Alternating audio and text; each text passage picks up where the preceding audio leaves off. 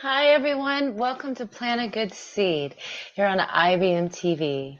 My name is Tish Oakley, and I'm with Earth Monkey Energies. And today we're so excited to bring our awesome guest, Dr. Seth Ware. Let me tell you a little bit about him. He has over 10 years of clinical experience, including treating Olympic athletes in Colombia. Originally from Dallas, Texas, Dr. Ware is passionate about helping people become the best version of themselves through quality chiropractic care. From providing wellness and maintenance care to helping patients resolve their health challenges and meet their goals, Dr. Ware enjoys working with all ages and educating the local community on how chiropractic can be life-changing. He's energetic, he's engaging, and values his connections with his patients and their families. When he's not interacting with patients, you can find him playing guitar and singing for local seniors and at his church. He also enjoys spending time enjoying all of the Triangle it has to offer with his wife Angela and their 2 dogs. So I'd love to introduce you guys to Dr. Seth Ware.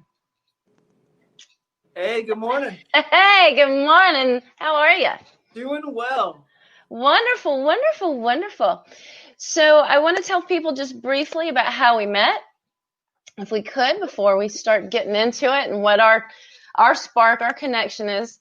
I met you at a health fair. It was a senior health fair. Yep. And you had your skeleton there, and I knew, it's got to be a place for me, right? Somebody's going to talk about the body. Got to talk about it. Got to see what you got to say. And it's like everything out of your mouth was like, did I say that or did you say that? Because we were talking about the foundation of health. Yep. Is what it was all about. And what is health and what is the true foundation of health and getting to the core. Yep, that's correct. Yeah. And that's actually why I labeled my practice Foundations Chiropractic. Oh, it's reversed. Foundations Chiropractic. Helping you have a strong foundation for optimal health and wellness, and health in America, we're not overly healthy. We're 5% of the world's population, but we take 50% of the world's drugs and, so many chronic diseases. And we spend nearly a quarter of our, GDP on, sick care, on healthcare. And it's, we're not getting, if we were spending that much money, are we getting healthier or sicker as a society? And overall, we're getting sicker. And so for me, I want to, my job is to teach, reach, and inspire as many people as possible to take care of their health and to get healthy. And I think, that's why you need to have a strong foundation for where you base your health care. It's not taking more pills, because we'd be super healthy if that's where health came from. That's exactly right. Yeah. That's 5% of the world's population, but 50% of the pharmaceuticals? Over 50%, yeah. Wow. But that's not surprising because there's so many people that we've been conditioned to turn to pills. I hate to say it, but we're conditioned for the simplicity of it. They spend over $9 billion a year marketing directly to the public. Like, we're only one of 2 countries that you can advertise directly to the public, USA and New Zealand. And I mean, they spend $25 billion advertising to doctors, to prescribe their pills. So there's so much money in having pills, to cover symptoms. And don't get me wrong, there's a time and place for medicine. There is a time and place 100%. for I injured my hand one time and I had to take anti-inflammatories and muscle relaxants. Yep. So I'm definitely not anti-medication. Right. I'm more pro, let's find the cause of why your body, is having those symptoms and those things, and fix the cause, not just cover the symptoms with the medication. I always say a symptom is like the check engine light going off. Yes. Or the fire alarm going off telling you something's wrong. And taking a medication is like taping over that check engine light or pulling the batteries out of the fire alarm. But did you actually fix the problem? And sure, short term, take what you got to take to get through your day and function and do what you need to do. But long term, pills are not why your body's dysfunctional. Well, in the beginning, at least, because I think that there's been a lot of people that after you take pills for a certain amount of time, it does other things to your body. Well, I mean, if I tore a ligament in my arm, if I tore my bicep, let's say, for example, I could take pain medications all day long, sure. But to fix the problem, I'd have to go to an orthopedic doctor that's going to reattach that ligament, reattach the tendon and, allow my body to heal, versus just pop a bunch of pills to cover the symptoms. 100%. That's my job, is educating people over that. Which is one of the things I, just love about you, because you're not about, and I'm going to use one of your terms, rack 'em and crack 'em, right? No. You're not about just come in here, let me take your money, and you're going to have to come back every week, and I'm going to adjust you every week, right? Because I've been to some chiropractors, they're like, okay, next Tuesday. I'm like, but what the, fix this, this hurts. We got to do something about it, because we can't. That's just a philosophy. Like, if that's how you want to run, I have a saying, like, treat all my patients how you want to treat mama. Yes. And, don't just try to put a Band-Aid on it. My job is to find what's going on. So I may find some postural things that I have to give somebody their at-home, stretches, exercises, that kind of stuff. And then when I'm adjusting somebody, I have a specific goal in mind. It's not just, just lay them down and adjust what I find. It's basically, we do our analysis, we do our exam, and we say, this is what we're trying to fix. And, if you go to any medical provider, whether that be a chiropractor, whether that be a medical doctor, physical therapist, dentist, if they don't do an exam and try to figure out what's going on, go to somebody else, and go to somebody that actually can explain in words that make sense to you what's going on and why it's important. Yeah, I mean, we've jumped right on into this whole hire and, you're fired thing, hire and fire, in that we are responsible for our health. True. And it's our job to create our medical team, just like it is to figure out our wellness toolbox and keep populating the tools in that toolbox, just like our medical team. If there's issues, we need to get to the root of it and find those people that listen and really, can translate those symptoms into whatever that root issue is. Right. Yeah, one of the best experiences I ever had was when I was working with the Olympic athletes down in Colombia back in 2009, right when I graduated.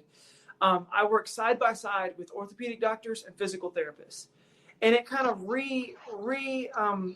framed my mindset of, I know what I'm good at. Like, I'm good at getting motion in the spine and getting things into better alignment to help somebody's nervous system function better. But you bet, if somebody tears a ligament and I do my exam and something doesn't seem stable, sure, go to your orthopedic doctor. Or if you have big time muscle imbalances and I can adjust you all day long, but you're not holding those adjustments because your core's weak, go to your physical therapist. And so I think in today's world, you've got to do your research to figure out, you can go to the people that, hey, good morning. There's Mark. Go to the people that can actually fix the problem of what's going on with you. 100%. Well, hi, Mark. Welcome. Hello. I was just checking y'all out and everything. Great conversation. I was actually just thinking about the things that your guest is doing and all of that, because it's such an important thing that we've got going on in the world right now, because as we know, a number of folks are starting to get back into their athletic environments, whether that's football, whether that's basketball, whether that's a number of other things that are now going on, because the athletes are trying to get back into the world of performing, even if they're not performing in front of crowds, but they're trying to perform for us, whether that's the NBA. I was actually watching one of the games yesterday, or the NFL. So definitely, I know that chiropractors are very important. I actually remember when I had an experience with one myself, and I wasn't even an athlete, but I was actually traveling with my brother, and he got into a fender bender, and one of our local chiropractors did that whole cracking thing, and definitely helped heal me and everything. So I definitely remember that. But I was wondering if our guest could talk about the importance of chiropractors and other folks in that industry to our professional athletes, because I have noticed that there are a number of them, even now, that are trying to get treatment. And unfortunately, I don't see enough of the medical staff in some of these places. Yeah. And you think about it, like, everybody has stress on their bodies, whether it be a car accident, whether it be having your body perform at a high level, being an athlete. You're pushing your body hard, and it has to adapt to those stresses. So whenever you say, and that's actually going back to why I got into chiropractic. I was a basketball player, and at 17, my back was so tight I could hardly tie my shoes. And it was due to falling on the court. It was a stress. It was a physical stress on my body. And a chiropractor, I was taking a bunch of pills, and it wasn't fixing the problem. I was taking a bunch of Tylenol and doing all the stretches. And then a chiropractor helped me get better. Because he got me moving right, he got my alignment better, because I had a curve in my spine that shouldn't have been there. And so going back to your athletes, whenever you have athletes that are having, falls in the basketball court, when they're having, they're getting hit on the football field, that's a lot of physical stress on the body. And so what chiropractic does is it helps take the stress out of their body so that their body's able to adapt at a higher level and function better. You know, so you bet there's a reason why a lot of pro sports teams have chiropractors, you know, on their teams. And I've actually gotten to meet a few of the chiropractors that work with, you know, like the Dallas Cowboys and work with the Mavericks and stuff like that when I was back in Texas. So it's, you know, they're definitely time and place for every type of medical professional. Sure, if you tear a ligament, like I'm not at all going to be able to fix that. But if your spine's locked up and you're out of alignment due to some of those physical stresses, that's our wheelhouse. Perfect. Like the spine, we were talking about the spine being the fuse box, right? Yeah. I'll show you kind of behind the scenes here in my practice. So I use a few posters to educate, because one thing I love is patient education. Oh, can you see me? There we go. Yeah. So this is an analogy, the way what's your function? So your brain sits up here and it's protected by your skull, and it sends those signals down the spine to every organ, cell, and tissue via the spinal cord. Well, where they exit, those are like the fuse boxes. So let's say you got in a car accident and you had a whiplash injury and you damaged, you know, the upper portion or the lower portion of your neck. Anywhere those nerves go to, you know, for example, the nerves at C5 go down into the shoulder, C6 go down to the arm. So if I have a patient that's saying, oh, doc, I'm having pain in my hand, check my hand out. Well, my first thought is, okay, where's the compression on those nerves coming from? And so wherever you blow the fuse in your body, that can affect and lead to the different symptoms, wherever that nerve goes to. And so this is an analogy. The spine is like a fuse box. And so whenever you damage those nerves, it's going to affect wherever that nerve goes to. Right. Now, let me ask you this. What about when people have like surgery on their spines and get like, I want to say fake vertebra and stuff? How does that affect the structure of your spine? And I mean, I know for some folks you have to do that, but for sure, what happens to the nerves? How do they ensure that the nerves continue to move through those, you know, those false? Yeah. And I've actually had to refer patients to an orthopedic doctor to have surgery if they were just too far gone and their spine had degenerated enough, you know, to where chiropractic can help to a point. Obviously, you know, when you have surgery like that, it's a little more invasive than something more natural like what I do, but there's a time and place for everything. And, you know, as a chiropractor, that's why I do my examination and I do my consultation. So if I have somebody I have quite a few patients that have actually had spinal fusions in their spine. And so you can't work on those areas. You work the areas above it and below it to help relieve the stress that may be compensating due to the immobile area that they have in those spots. But there's a reason why they fuse those segments, you know, and it may be if they have a really bad disc herniation or trying to get pressure off the nerves if it's unstable. Like I've had patients to where they get in a really bad car accident. I do my exam and we take some x-rays and you see that segment is moving way more than it should. Well, if my job is to put motion into the spine and get things into proper alignment and the thing's already unstable, then I'm not going to be fixing that problem. You know, that's right. More of like your orthopedic doctor. And then whenever I see them after surgery, then I'm going to stay away from that specific area, but work the other areas that still, you know, may have stress on them and need to get those areas moving. So that's why you do your exam. That's why you know, figure out what kind of stress the person's had up to that point. And you go from there. Gotcha. So like if somebody does have those pins or the false vertebra in there, then it's potential that the rest of your spine could still deteriorate, which I want to talk about that in a minute too. Mm-hmm. But the rest of your spine could deteriorate, but those sections don't deteriorate. So then you really could have a whole kind of, I want to say a whole mess going on there. Adjunctive calcification is what the medical term for it is. Okay. It means if you've got an area that's fixated, the areas above it and below it are going to have more stress on those areas. Therefore, they're going to wear out faster. I always say degeneration in the spine is like calluses. It's your body adapting to stress. So if I go through and I, you know, take an x-ray on somebody and it's not old age, because if it was old age, all the vertebrae would wear out equally at the same time. Yes, right. Mm-hmm. Usually it's an old injury that didn't heal properly, and then the biomechanics were off on that segment, and then it leads to the degenerative changes that you see. And I say it's just like the calluses on your hand. So if I had somebody that had stress on their hand over time and they were working with ropes, for example, I could see the changes in the body trying to adapt to that stress. Okay. And it's your body's way of expressing, that stress, over time. So you might fix the area that was hurt, but in 20 years, so let's talk then about taking care of your spine, right? For sure. Because we definitely know that it can deteriorate for a lot of reasons. But so what kind of advice do you have for folks? Like, you've already told us some, like, if you don't have the core strength to sit up straight, you need to go see a physical therapist or somebody to help train you with your core strength and whatnot. But this, for general folks, how do we take care of our spine? I mean, what are we supposed to do? I go back to a dental analogy with that. So dentists have done a really good job of explaining how to brush your teeth and floss your teeth, things that you can do to maintain your teeth over time. Exactly. You don't only go to a dentist whenever you have a cavity. You go to a dentist to help prevent that. And so for me, it boils down to good range of motion, and it boils down to good alignment. So a few practical examples that I give my patients is, if your head is supposed to be over your shoulders, and you're looking down all day long. Oh gosh, yeah. And your posture's terrible. Find somebody that can assess that. For me, that's one of the big things I work with is I give patients, head retraction exercises where they're pulling their head backwards. I do like foam blocking, where I'll give them a foam block to take home with them to do something every day to help maintain that curve in their neck. And I always say it's like brushing your teeth or flossing your teeth. And then, find the professionals that can fix any structural issues, any postural issues. And that's kind of where, I come into play, is I'm advocating for somebody's health and showing them, here's where you are, here's your baseline. Okay, based on your specific, stressors, your specific, baseline where you are, you need to be doing these exercises, these stretches.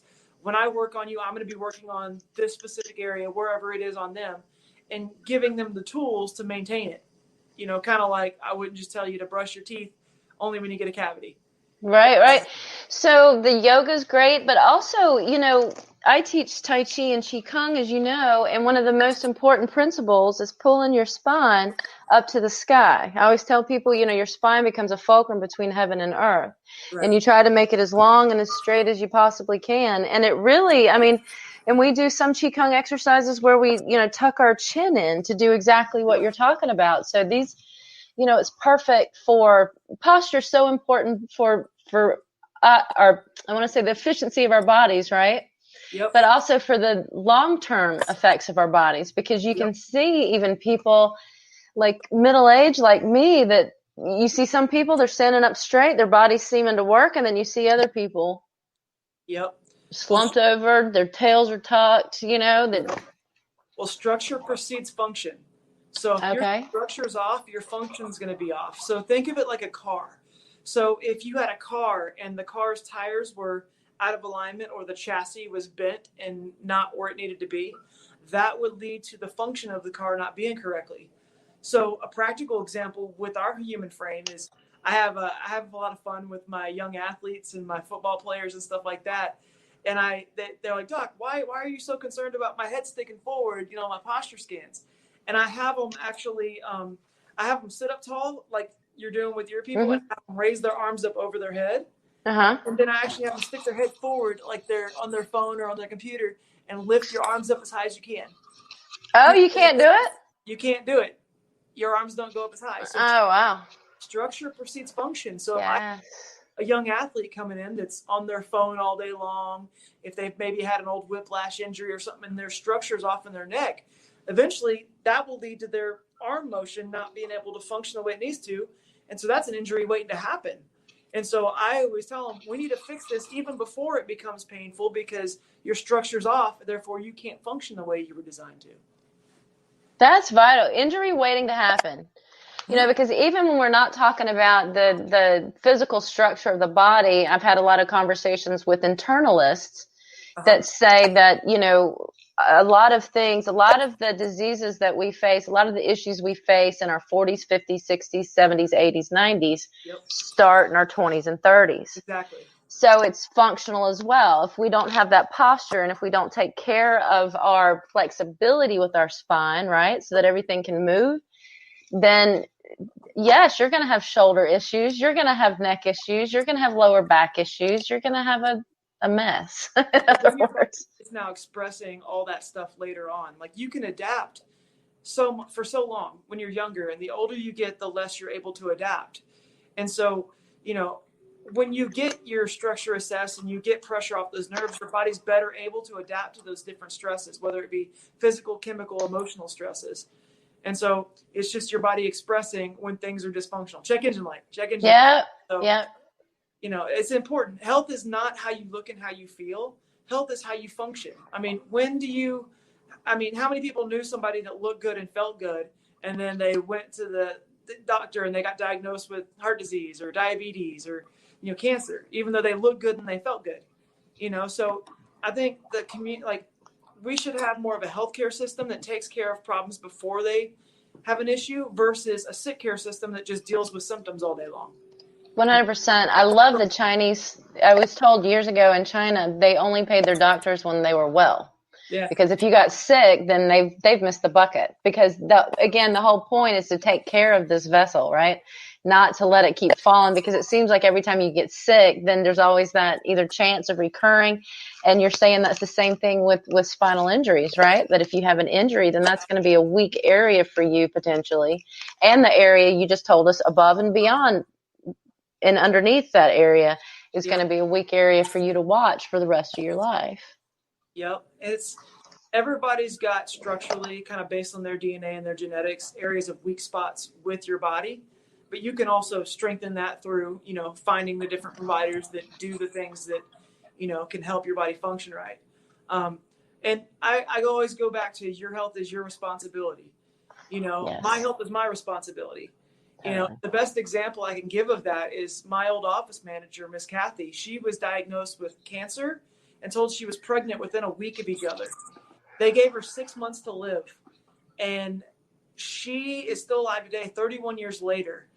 And that's awesome. Not even in remission. She still has cancer, but she is meticulous. I'm telling you, meticulous about who she hires and fires for her medical team. Like she has her oncologist, she has her physical therapist, she has all the different providers, and she's fired more doctors than I've even known.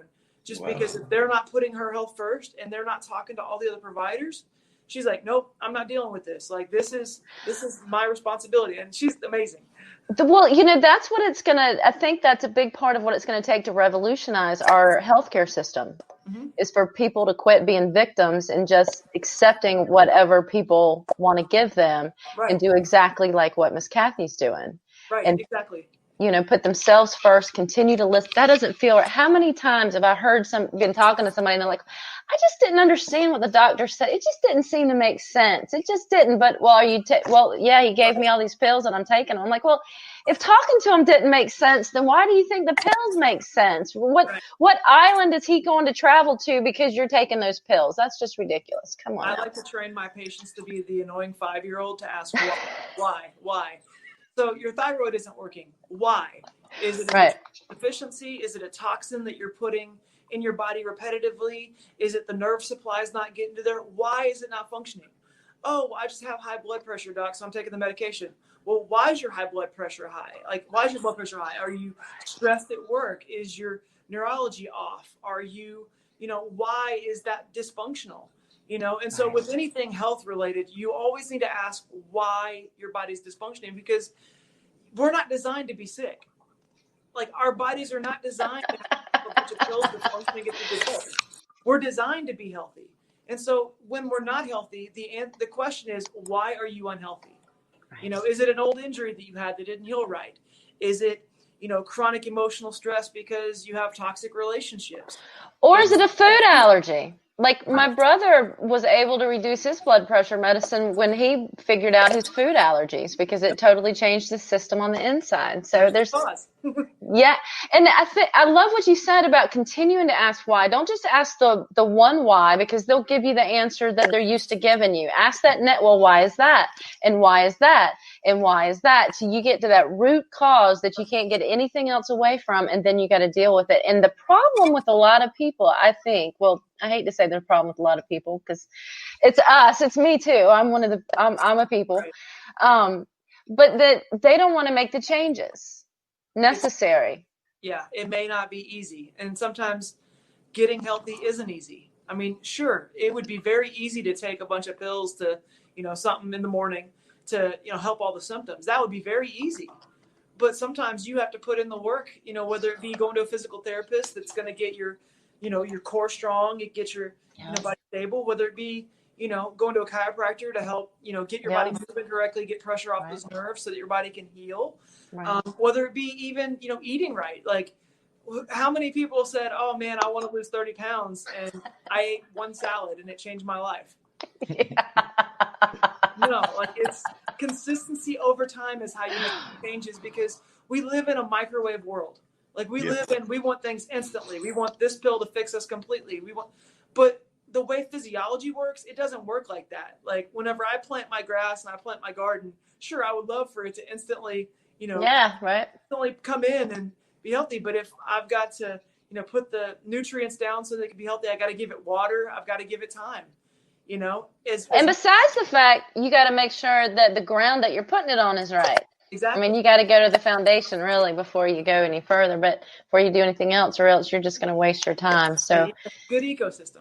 Exactly. And people don't, and I think you're right that a lot of times people don't see that, and but at the same time, I think part of it is our training. Mark, last week we talked a little bit about how our society, how we have social constructs, and how we're used to kind of being fed things. And I definitely feel there's a benefit to the public education in our country, but I also think that our public education tells us to sit down and shut up and wait in line. Like, one of my favorite things from my son, that when he was in kindergarten, first day, honey, what'd you do today? Waited in line. Well, that actually raises a question I was going to ask Dr. Seth and everything, which is, I agree with what Tish was just saying. Do you think that we're learning enough about health in our educational system? Because I sometimes think that we're not learning enough about health in our educational system. I remember going to health class when I was a kid, and I'm in my late 50s now, but I don't even know if they offer health classes now. So if you could talk about the need for health even in our education system, because I'm actually one that believes that we should have more health in that system. Right.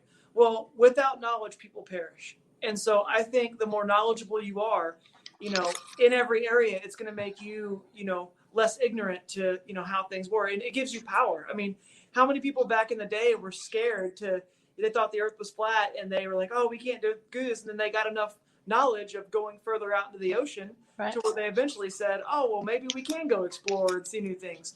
So with knowledge relating to your health, I think it boils down to just not accepting status quo, not, questioning, asking those why questions. And I definitely think in school, I mean, I haven't been to elementary school in a long time, and I've got a son on the way, so I'll probably learn those things pretty soon about what it's like in the schools. But I definitely think,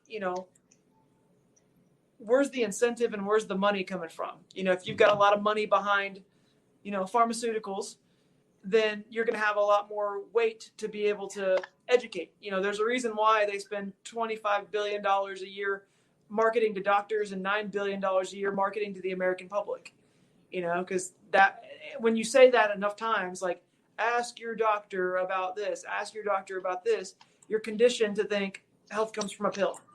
And I think when more people wake up and realize health doesn't come from a pill, it comes from, your body working the way it's supposed to, whether that be getting proper exercise, whether that be you getting proper nutrition, whether that be you getting proper connection, with that nervous system from your brain down to every organ, cell, and tissue. And I think, the more people you connect with that are able to teach you how the body functions, totally. That's where it comes from. And that's why I'm passionate about, I tell any of my patients, like, if something doesn't make sense, ask. Like, I'm not a mind reader. Like, I'm going to do my very best to educate you. If something doesn't make sense within my field, doctor in Latin means teacher. And that's actually where I'm most passionate. Like, I could train a drunk monkey to push on your back and make something pop. That's not what I do. What I do is specifically assess where the stress is and work on those areas, but then educate you on why that's important. And so, yeah, you're right with the kids. I think, they don't get enough education over that. And, I don't know why, I'm not in those fields, but I think you're right. But I think too, it comes from the home, And if the parents lead, we all know this, and Dr. Seth, you will learn this if you don't already know it, that kids follow your example. Have y'all seen, this is just an aside, and it's crazy because it makes me laugh every time I think about it, but there was a mom to a grown son saying, do this and put it on your chin. And they were like, right here together, put it on your chin. And he kept doing this. And she even laughed in his face, and she was dying laughing. He's like, what's funny? And she was like, your chin. My point is that kids follow your example. People, to a large extent, follow your example, not your words. So my point is, if the household needs to be healthy, and that brings it back to, people have to have ownership and take responsibility for their health. When you wake up in the morning, how do you feel? You feel great? You want to get up, get that day going? Right. Or you feel like you got to get coffee. I got to tell you, I'm so tired. Now, I'm not a coffee drinker, obviously, with what I'm going to say next. But so many people, it's just common. This is what I have to go, and some of them are funny, grump, coffee. Now we're good, all these other things. But to me, that's an issue if you have to have coffee to get yourself going in the morning. Yeah, and it's showing your body's not expressing itself the way it needs to, whether that be low energy, whether that be, headaches or migraines or whatever, like the symptoms are. It's telling you something's not right. And so my question is why? Right. Why is that? Are you not getting proper nutrition?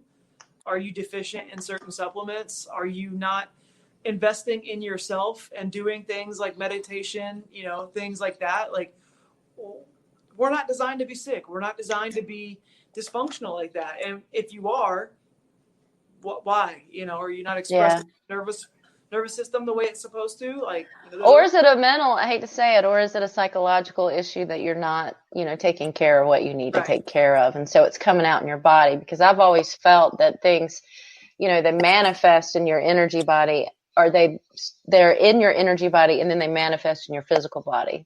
Yep. So when I teach Tai Chi and Qigong or give Reiki treatments, it's all about the energy. It's all about moving the energy. It's all about keeping everything open and moving. And what that does for people then is the sensations that they feel and how they can get in tune with their body, which is vital, because what we're talking about, they don't realize until something's screaming at them in pain. They don't start to feel that little tingle, or why do I feel kind of funny when I shift my weight to this side, or why can't I do this on this side? They, until they do something like Tai Chi or Qigong or yoga or Pilates or, just basic meditation, they can't get in touch with those early signals that your body gives you. Yep. If you can listen right then and there, like finally, I'm going to bring my son up again. He's finally getting to the point that he's had asthma in his life. So he's finally getting to the point that as soon as he feels a little bit of tight, a little bit of something, we're starting to do some Qigong exercises and do some other things to get those lungs to open back up. You listen to the early. Proactive versus reactive. Totally. 100%. I think too, like, going back to your energy relation, I think of us as like rivers. So if you have a good flow of energy and good vibration, your body's expressing itself at 100%, versus if you have some sort of interference, in that nervous system that transmits those electrical impulses, then you're going to be like a tiny little stream that's not expressing it right. So where's the block?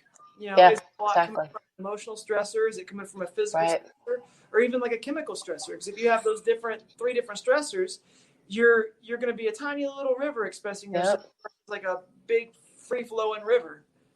And I'll tell you, when I do Reiki on folks, if they're on medication, I feel like there's a little bit of a blockage, because it's not their true energy from their there's this this drug is doing something to them. So it's a different kind of animal. And again, I just love talking with you about, people listening to their bodies, owning their bodies. Your body, your check engine light, you have to listen to it. You have to honor it. You have to obey the foundational concepts that your body needs. And there's a certain extent that I think different people need different things at different times. Don't you think?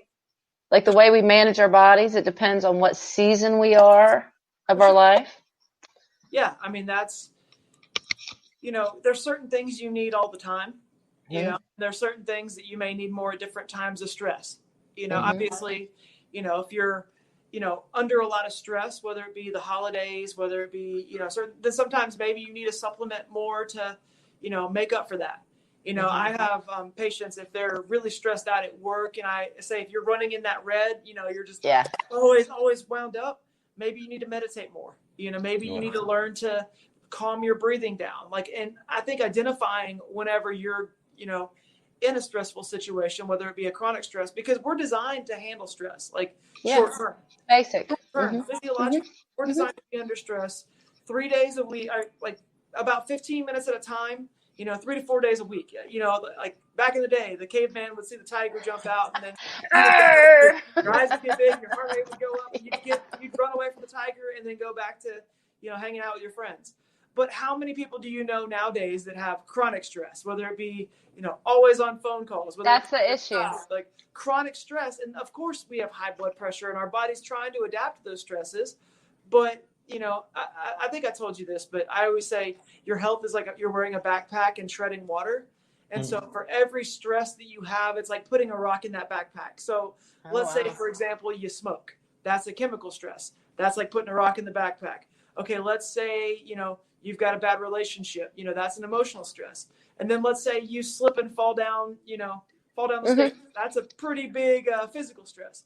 So that's putting all those rocks in the backpack, and eventually you're not going to be able to tread water, and you're going to go underwater, and that's going to express itself in symptoms, whether it be high blood pressure, whether it be migraines, whether it be, you know, neck pain, low back pain.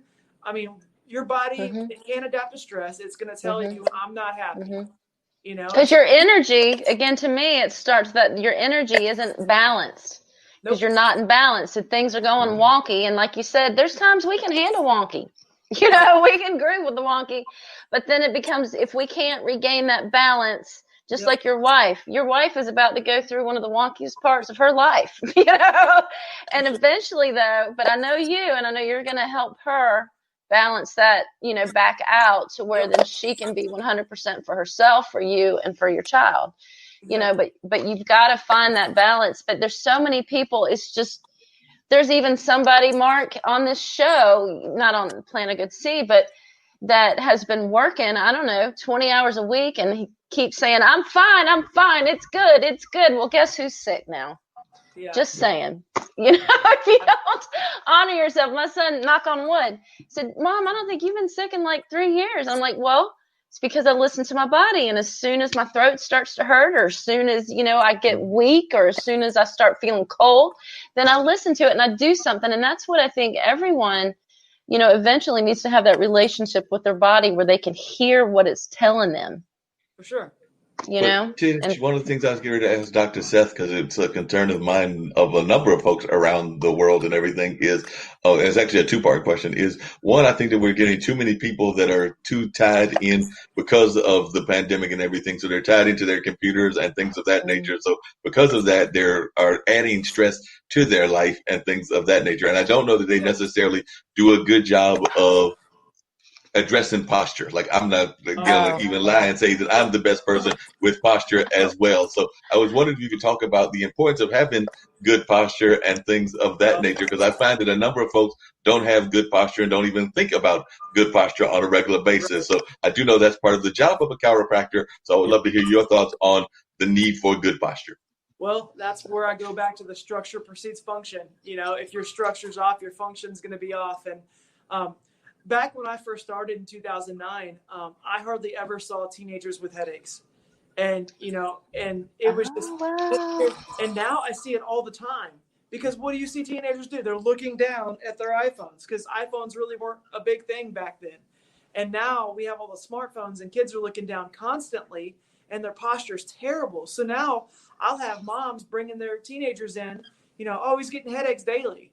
And then we take a posture scan or x-rays, and we see, sure enough, that curve in the neck is reversed and their posture is terrible. And it's, you know, some things you can address. Like, for example, when my wife and I first met, she was starting to get headaches. She was working at a high stress job, and her posture, I walked in one day to get lunch with her, and she was working on her laptop looking down completely.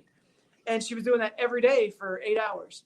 And I was able to, address her ergonomics and put some, books and stuff underneath her computer to where she was looking straight ahead all day long. Right. So that actually helped, instead of 8 hours looking down, she had better posture throughout the day, which helped her body function better and took stress off of those muscles and off of those nerves, and so her headaches got a lot better. So that's one of those things where we addressed the chronic stressor, which was the posture, and that helped her function better and work better. So with kids, I always kind of like come up and get onto them. I'm like, get the phone up, look at, like, get your phone up when you're texting, instead of just looking down all day long. Or if it's a person at work, I, tell them, make sure you get that computer up to eye level to where you're not looking down all day long, putting stress on the function of the body. Yeah. Did that answer your question? That did. That makes a lot of sense too. And I know a lot of folks are not usually thinking about posture in that sense. So I'm glad that you were able to talk about that and things, because I know a lot of times folks don't think about posture. But then I do see a number of times folks, when they go into the office settings, they will try to have like their ergonomic chairs and the other things. So they try to get engaged in that. The other thing I was curious about, Dr. Seth, is do you think that there is an age range where you should not be thinking about like chiropractor or physical therapy care? I know I've got a mom who's in her late 70s, and my dad is 80. So is there like an age that you don't need to be as concerned about posture, or is it something you should be concerned about all life long? I would say not, because I've had patients from 2 days old to 99 years old. Everybody's got a spine. Everybody needs proper nerve function, and they need those signals to be communicating clearly, no matter your age. And people always say, Doc, why a 2-day-old? Well, I mean, if you have, a stress on the body, whether it be yanking a head out of birth canal, it's going to be a stress on the cervical spine. And babies can't say, oh, hey, doc, my neck hurts. They're just going to cry and be fussy. And once you check and see, where the stress is on the spine, you don't work on kids the same way you work on adults. It's very light pinky pressure, almost like you're pushing into a ripe tomato. And they heal so much faster just because they don't have 20, 30, 40 years of wear and tear on their body. But the techniques that you go about it, at least for me, because I learned 9 different techniques in school, I don't treat everybody the same. So if I have a young kid, I'm going to work on them completely different than I am, a 25-year-old athlete, versus, a 90. And here's a good example. One of the doctors I worked for when I first got into practice, he made it a point to bring over one of his favorite patients, and he was 90 years old at the time. He was on the USS Arizona whenever the Japanese bombed it during World War II. And he had been doing yoga for 40 years, chiropractic for 40 years, and he walked 3 miles a day. And he had just taken an x-ray on this patient, and he showed me it. And the guy's spine looked like somebody that was 50, 40, somebody way younger. And the doc I was working with told me, if you take care of your body and you do the right things, this is what it looks like. And this guy's spine looked amazing for 90 years old. And so it was one of those things. He had done the work. He'd put in the work to maintain his body, and his body functioned better because of it.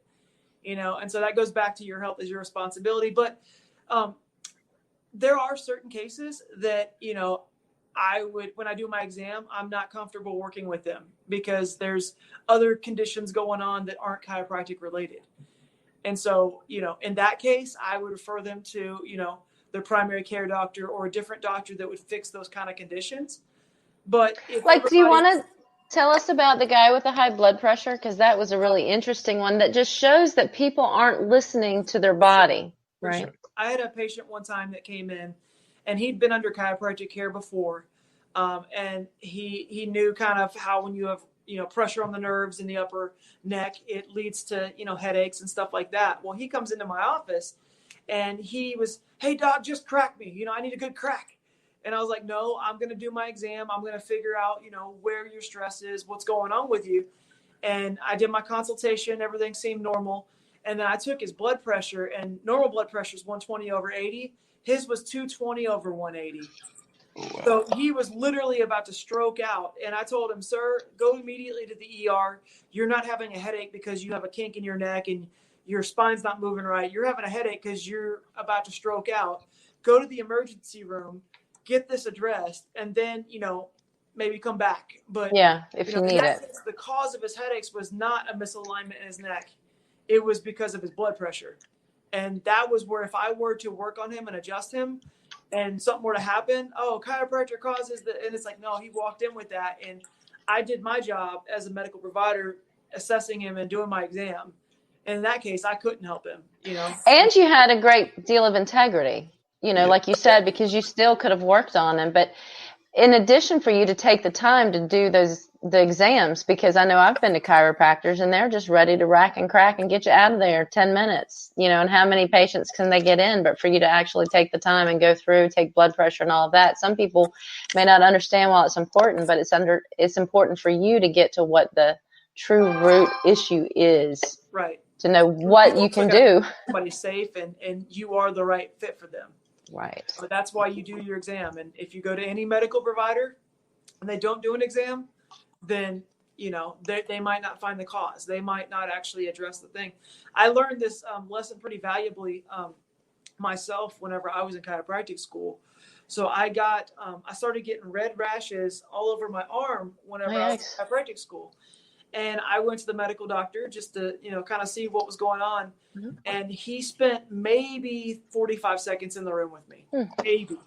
And he just said, oh, take this pill, and just walked out of the room. And I literally remember leaving going, why did I pay $50 copay to come in and do that? And it didn't touch it. It kept getting worse. I was in chiropractic school and I was very embarrassed. I literally sit with my arms crossed so nobody would see my arms, and it got worse and spread to my chest. Well, I went to a physician's assistant, which technically had less education than the medical doctor. And she spent 10 minutes with me. She swabbed it. She got my history, and she realized, oh, you're in medical school right now. So how much are you sleeping? And I was, 4 or 5 hours a night. And, how much stress are you under? Well, it's finals. So I'm, I've got 12 this week. I'm under a lot of stress. And she basically said that this is a thing called tinea versicolor. Everybody's got fungus and bacteria that lives on their skin. Microbiome. You're under a lot of stress right now because your medical schooling, your immune system is dropped and your body's not able to handle that. And so she gave me an antifungal cream. She gave me, told me to use Selsun Blue with selenium to rub it on my skin. And then she actually gave me, different medication to help that. And she was like, make sure you get plenty of sleep and you're doing things to help build that immune system. And sure enough, it knocked it out in a week and a half. So in that case, she found the cause and got me right, versus the other guy just spent no time whatsoever, gave me a pill and ran out the door within a minute, so it was. And potentially, I hate to say it, but the for-profit medical system, and potentially you'll be back in 2 weeks, maybe get another pill, pay him another $50. Right. But how many times are we going to do that? Right. And so in that case, even at a young age in chiropractic school, when I was just starting, I knew my health's my responsibility. So I got a second opinion. And sure enough, the person technically with less education took the time to properly evaluate me, and she nailed it.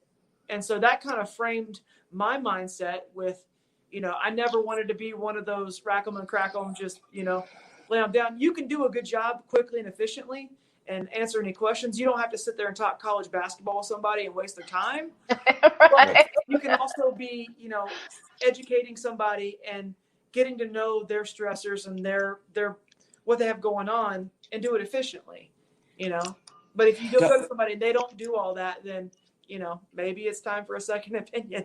Yeah, Dr. Seth, speaking of that, I was just wondering if you could talk to folks. Like I said, I had the pleasure of going and actually know this gentleman because he's one of my derm chiropractors. But if you could talk to folks about when you think somebody should go see a chiropractor, because I think that too often folks wait till the accident happens, the fender bender or whatever, and that's when they go to a chiropractor. But I'm thinking that you probably need to see chiropractors more often than that, and there might be times in your life that you need to see them. So when do you think is a good time to see a chiropractor, and what kind of recommendations would you give to folks in order to come to a chiropractic practice? I would say, if you want to function at your highest level and you want your body to work right, it's important to get in even before you have pain and get evaluated, because like I said, a prevention, if you're preventative and you're preventing something from becoming an issue, it's a lot easier to treat than if you've had something for 40 years. Yep. And I even address that when I'm designing my treatment plans. If I've got to retrain your body over 40 years of, an old injury, that's going to take longer to fix than somebody that, as doing pretty well and they just had a quick injury, and then everything's still structurally pretty much where it needs to be. So, I mean, I would say if you're wanting to function at your highest level, I mean, whenever I worked with Olympic athletes, we weren't there for pain. We weren't there to treat pain and symptoms and all that. We were there for better function. Nice. And the better your body moves, the better your alignment, the better that nervous system works, the less likely you are to be injured. And so I would always just say, some things are pretty obvious. If you look in the mirror and your head's all sticking forward and one shoulder's higher than the other, you may not have pain, but your structure's off already. Yes. So it's always important to get evaluated. So I would say anybody that wants to function at their highest level, go get checked out, even if you have pain or not. I mean, obviously the public knows, okay, if I fell down the stairs or, if I got in a car accident, they kind of know those cases, and those are, pretty traumatic events that you definitely need to heal right after. But it's important to, get ahead of that curve, Let me ask a totally different question, and one we haven't talked about yet, Dr. Seth, but it's something that I'm curious about. Now, let's talk about chiropractic care in the United States versus chiropractic care in other countries. Okay. Are you aware, is there the same, I remember years ago there weren't a whole lot of chiropractors, and then now there seems to be quite a few, honestly. Right. And so I'm wondering, in other countries, is chiropractic care part of their overall health program, or is it more of an American? Where are we at with chiropractic care across the board? Well, other than Colombia, having never practiced, in other countries, I don't know some of the legalities and all the stuff, but I do know there are chiropractors all over the world. Australia, England. I mean, obviously I practiced in Colombia for a while, South America. Mm-hmm. I don't know,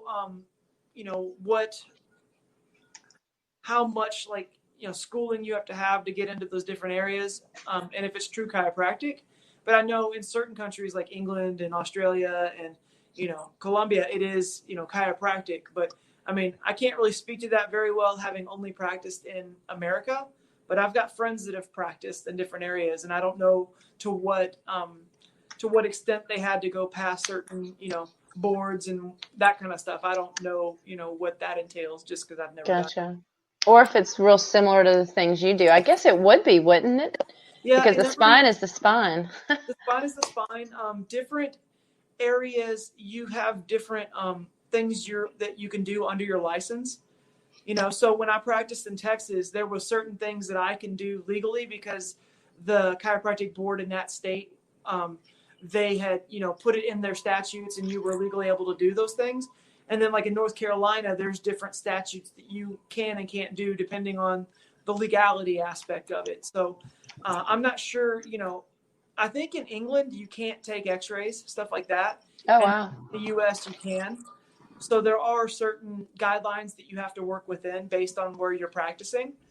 But to what extent, I don't know, because I've only practiced in, Texas, North Carolina, and Colombia. Cool. And one other thing that we talked about earlier that I don't know what it is. Let's talk about the Y strap. What is that Y strap that you and Wynn were talking about before, Dr. Seth? That is a very specific way of decompressing the spine. Okay. So compression is the worst force on your spine. And the way I make that analogy is, I mean, you've known people that get in a car accident and they're going 50, 60 miles an hour and, they strain the muscles and stuff like that, but they don't break their spine. But then you see somebody that gets in they jump in a 3-foot pool and compress their spine and they break something. Well, compression is the worst force on your spine. Well, the Y strap, and let me just grab it. I'll show you. Okay, cool. We're going to get a display of a equipment like this. That'll be a great thing. Mark, we should have been there to have it. We could be the guinea pigs. Yeah, the Y strap is a technique that I use after I've identified specific stresses. I'll get certain areas moving. It's the way I usually finish my adjustments. I'll put this around somebody's neck and then just decompress. And it helps uncompress your spine. It helps relieve tension and just get pressure off those nerves and just open things up to give your body space, to give those nerves space. So it's just another specific way of, taking tension and stress out of the spine and the nervous system. Because the head's heavy, right? I mean, besides the things that happen. Yeah, the head usually weighs, with most people, between 12 and 15 pounds. Right. And you get really compressed, and so it's just a good way of opening things up. Right. So what's the most stressful athletic job that you've had to deal with? I'm imagining it would be football, but then I've also had a friend that was a diver, and they had to deal with a lot of chiropractic injuries as well. So since you've dealt with athletes, what's the most stressful athletic job that you've had to deal with? You mean like an athlete coming in that was repetitively injuring themselves? Yeah. We worked with a lot of soccer players in Colombia. I've had NBA players. I've had NFL players. I mean, everybody's got their specific types of stresses they put their body under. One of the ones that was memorable to me when I was in Colombia was power lifters. There was one that we would set up in the gym and we would treat him, and he would literally go over and be deadlifting, 600 pounds and come lay on our table and then, go back to lifting. So it was like a repetitive stress in the body. But yeah, it just depends on the sport. Obviously, football's pretty stressful with just the head trauma. Don't lead with your head. Right.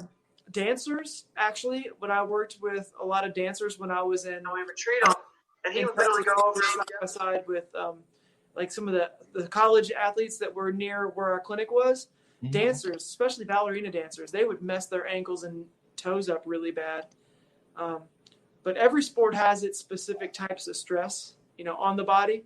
And so that's why when I do my consultation and my evaluation, I'm trying to assess where, what kind of stresses that person specifically is having to adapt to, whether it be, collisions on the football field, whether it be falls on the basketball court, whether it be, standing on your toes, ballet dancing, you kind of learn what somebody's having to adapt to and then where they may be carrying different stresses on their body based on what they're doing.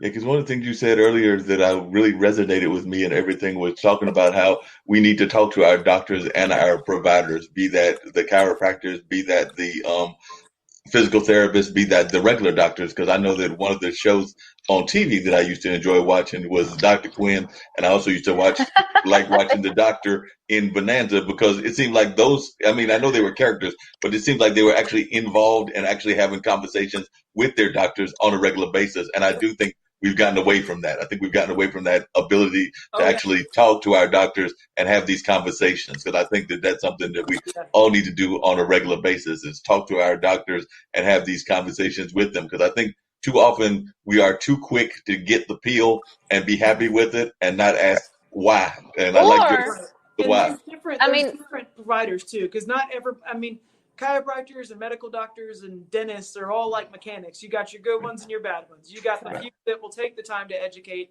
and then you got the other few that, what's the symptom? Okay, here's this pill. What's the symptom? They're throwing the pills at you before they even know what's going on.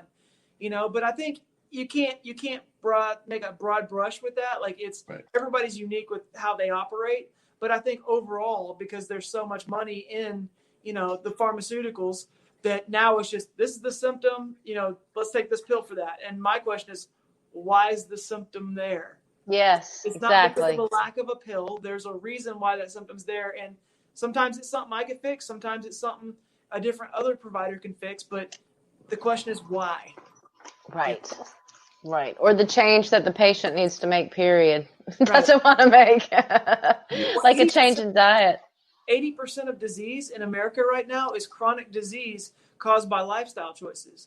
So is it easier to take a pill for your high blood pressure and certain things, or is it easier to stop eating the 5 Big Macs a week and drinking the 20 diet sodas? Like, what's easier? And so, sometimes it does boil down to that personal responsibility and making some changes with your lifestyle. Because I always joke, like, I can adjust you and get stress off your nervous system, but if you're smoking 3 packs a day and you're eating, McDonald's every day, are you really still going to be healthy? Probably not.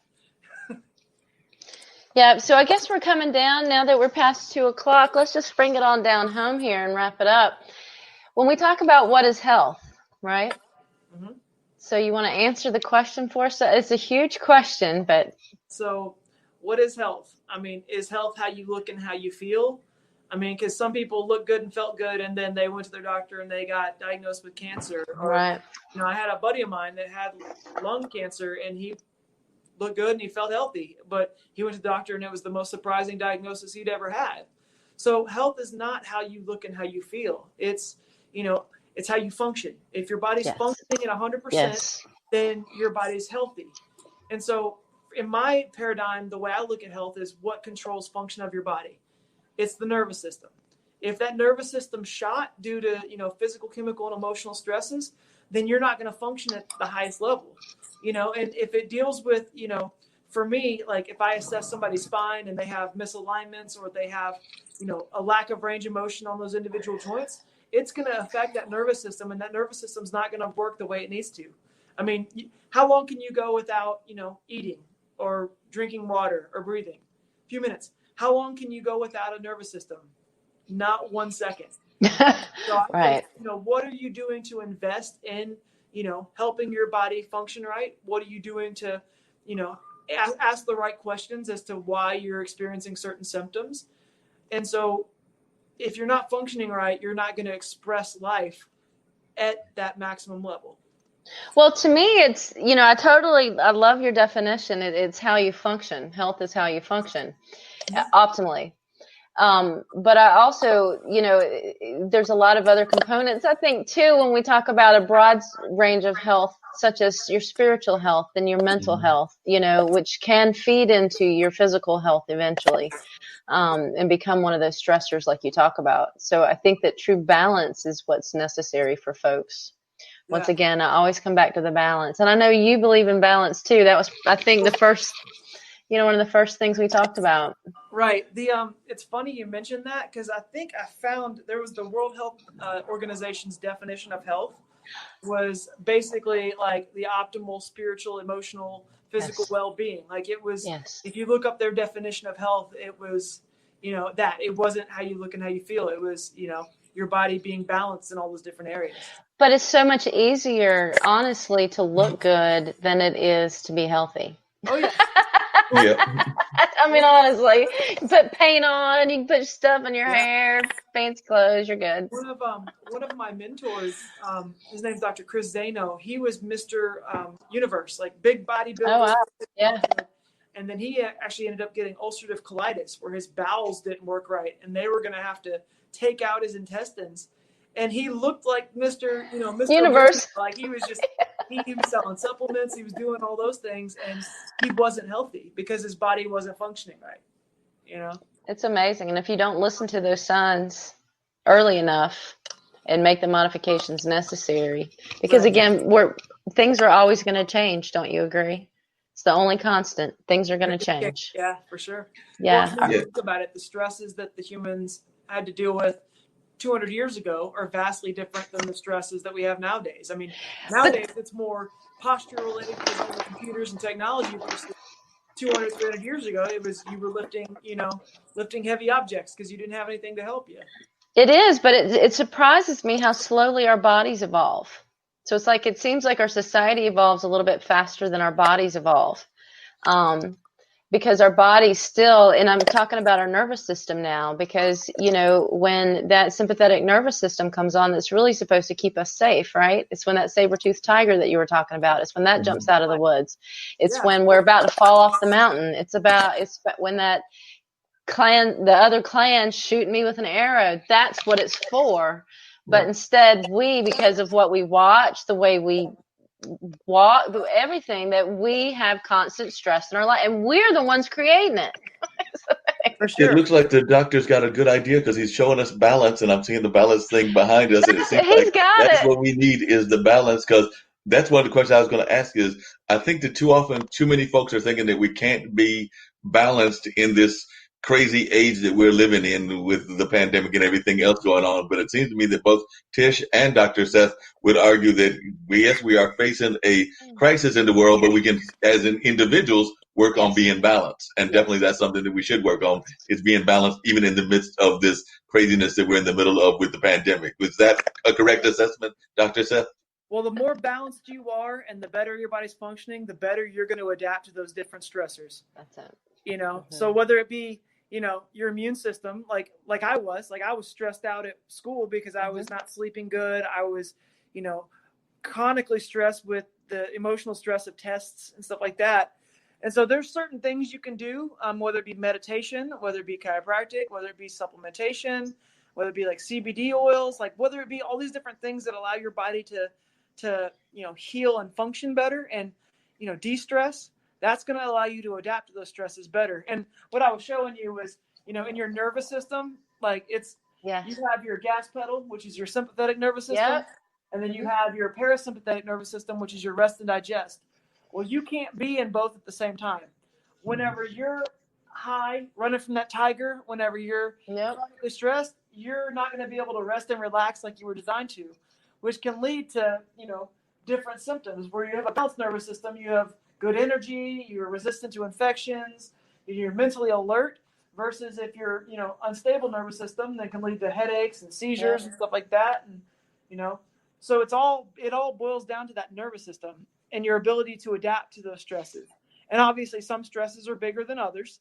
If you jump out of a plane and your parachute doesn't open, that's a pretty big physical stress.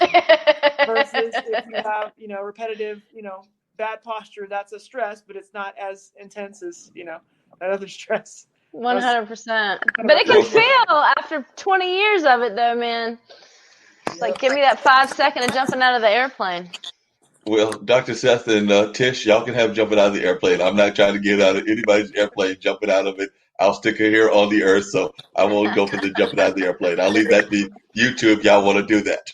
Very, very extreme example. For real. Well, wonderful. Thank you so much, Dr. Seth, for being part of our show today. Let's tell people how they can get in touch with you if they'd like to. So you have a website, right? So the best way to get in contact with me is just go into my website, foundationschiro.com. I've got some educational videos on there. My goal is to actually have that be kind of the hub to where, if you wanted to schedule an appointment, you could schedule it through there. And then I'm actually starting up a YouTube channel to where I'm going to become my job is to teach, reach, and inspire people. And so education is huge. And so I've actually invested in some video equipment. I'm going to be, pumping out videos. You can also connect with me on our Foundations Chiropractic Facebook page. I, post stuff all the time there as far as education. You sure do. And it's wonderful. Yeah. And that's, I'm empowering people with their health, whether it be a positive quote or whether it be, teaching you how a certain part of the body works. So I would say Facebook, the website, those are the best two. And along those same lines, and then I'm going to ask Tish who we've got on next week, but along those same lines, we are a global network here on IBM.TV. So I'm assuming that folks from around the world can reach out to you, even though you're based here in the Triangle area. But definitely you are open to having conversations with people from England, Australia, and wherever else folks might be watching from. Yeah, it's always worth a conversation. And I love, answering questions and teaching people what it means to be healthy. And and if physically I can't be in England or I can't be in different areas, but I've, got friends in those areas and people that I trust. And I've had patients that move, different areas. And I'm like, let me find somebody in your area for you. Let me find somebody I trust that's going to do things the right way. And if you want to get checked out, if it's not me, then I'll find somebody for you. So that's definitely important. Sounds great. You know what questions to ask other doctors. Oh, yeah. When they're scamming you and when they're not doing the right things. And, Exactly. And that's always an important thing to have is somebody that can be on your side, even in the medical profession. And it definitely sounds like that's what Tish has found in you and in a couple of our other folks as well that have come on this show on a regular basis. So Tish brings up the next question. So who do we have on next week and what will they be discussing? We have our friend, Junghua, JH, and we talk about, we probably have about 20 different things that we want to talk about. I'm trying to find the exact where we're going with this. We are talking about authentic human connection in the land of the free. Wow. Definitely So, sounds like that should be a great pretty conversation. interesting. I know a number of folks will be interested in that and learning more about what JH has got to say, as well as what Tish will be involved in that conversation. And definitely, it was great meeting you, Dr. Seth, and look forward to hopefully having you back on again. I can tell you one thing, just real quickly and everything, which is that we are always looking for good folks to be involved in the network as well. So don't be surprised if you don't get a call from Tish or others about doing a medical show, since you're already going to have the YouTube site up and things of that nature. And of course, we also have some medical events that go on Fridays, because I know we have medical doctors from around the world that speak on Fridays on a regular basis. So I might be telling them about you, and they might be reaching out to you, because we've got doctors from all over the world, including India, Australia, and other places, but we're also always looking at new shows. So there are a couple of possibilities that might exist in that realm for you, Dr. Seth. So just keep that in mind, that you might be hearing from us once again in the very near future. And then I'm going to bring up one of our favorite ads and everything. We do know that Tish mentioned earlier that one of our people has been not feeling all of that well, but his daughter did this great video about what we should be doing in this age and time, and the area of like washing your hands and things of that nature. So I'm going to bring up the ambassador right now, and you can see her message about what we should be doing during this age of COVID. Corona virus से कैसे बचेंगे?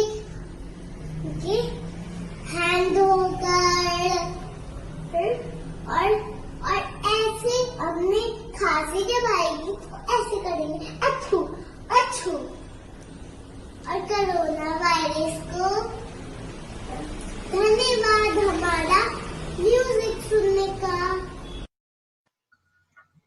Yes, that was a great thing that she does on a regular basis, and we love having that message from her on a regular basis. And I know most folks that watch that, including probably Dr. Seth. I saw Dr. Seth had a smile on his face, enjoy seeing what she's doing in terms of spreading that message. And who knows, maybe we'll see his child on a video after a while as well. So maybe that'll be what will happen later on in the course of time. Of course, they've got to get past their usual child's shyness and all of that, and of course also grow up a little bit. But who knows what will happen in the near future with their child? We might see them on TV or on radio or on a number of other venues. Who knows? We might even see them in the movie field.